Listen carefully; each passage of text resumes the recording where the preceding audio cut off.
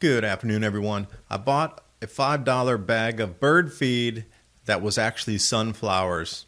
Sprouted it, turned it into this. Microgreens is the next step. We're going to need to be innovative as food price rises, not only during the Grand Solar Minimum, but all the craziness you're seeing across the planet at the moment, and what happens if the truckers get sick and they can't drive. 80% of all the cargo across the U.S. is transported by truck.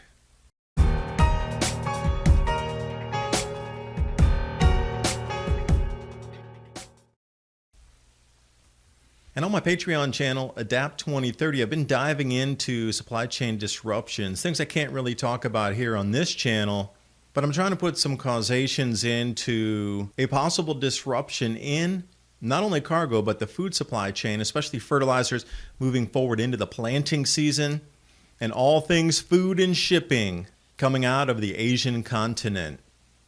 Because here in the United States, you got to realize trucking drives our economy. 80% of all cargo transported by trucks, but those are driven by truck drivers. What if they start getting sick, like is happening all across Asia? Or they just call in and say, hey, I don't want to drive because the fear of getting sick. And what did the truck drivers haul? Mixed freight is what you're looking for. That's commodities such as food and restaurant supplies. And that falls in the number 4 position, right along with pharmaceuticals in the number 5 position.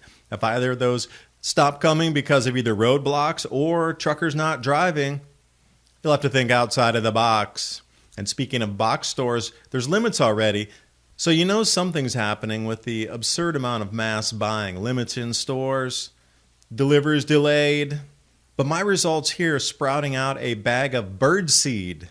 This is black oil sunflower seeds. Now this is sold as bird feed, and you can see the different types of plant material that's also mixed in. It's not been really cleaned so well, but if you want to take the extra couple minutes, remove the debris out of there, size those seeds up and throw them into a sprouter, or grow them as microgreens, which is my next step. But here, over the last week, I was able to put these into an automatic watering system, and the results are right in front of you here.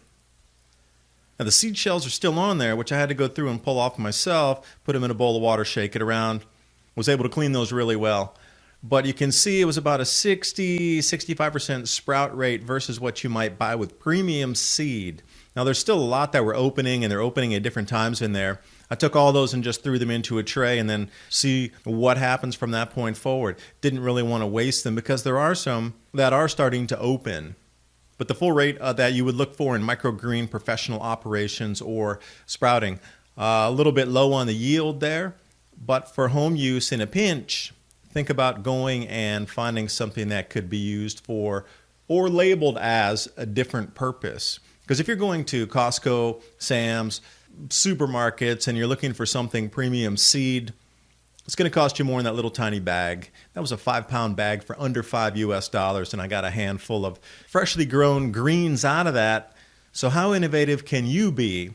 Because you know for sure the food prices are going to continue to move forward here. If the delays in shipping or something got cut off in supply chain, it's supply demand. People are going to pay more for it because there's less of it. And it's all about you thinking about how you can supplement your diet with healthy, nutritious microgreens and freshly grown food. Plus, you can grow these to the full plant out back in your garden. New skill sets we're all going to have to learn moving into the intensification of the Grand Solar Minimum. Thanks for watching, and I will see you next video.